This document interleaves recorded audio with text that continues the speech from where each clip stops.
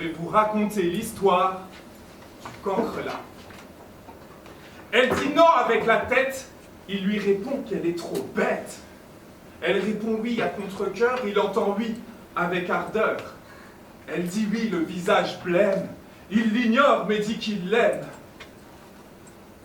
Elle répond oui à contre-cœur, il entend oui avec ardeur. Nu, debout, il la conditionne. Nu, à bout, elle abandonne. Il continue sans cesse de proposer, à force elle le laisse s'imposer. Elle ne pensait pas souffrir autant, elle voudrait effacer tout.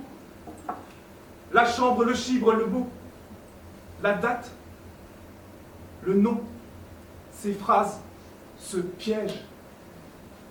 Fier, il arbore un sourire éclatant, il fait face à tout.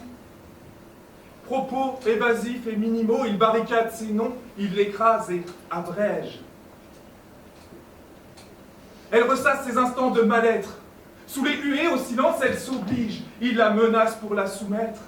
Atténuer la vérité, il la corrige.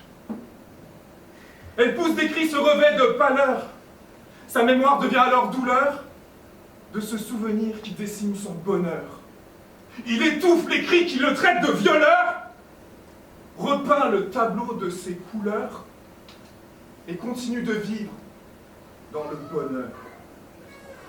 J'ai choisi la créer le tableau comme un cancre à l'école, pour que tous les hommes comprennent, à travers ce poème pour enfants, sans parabole, sans détour, sans grand discours, que la leçon est simple, elle ne se discute jamais, sans not all men, sans mais.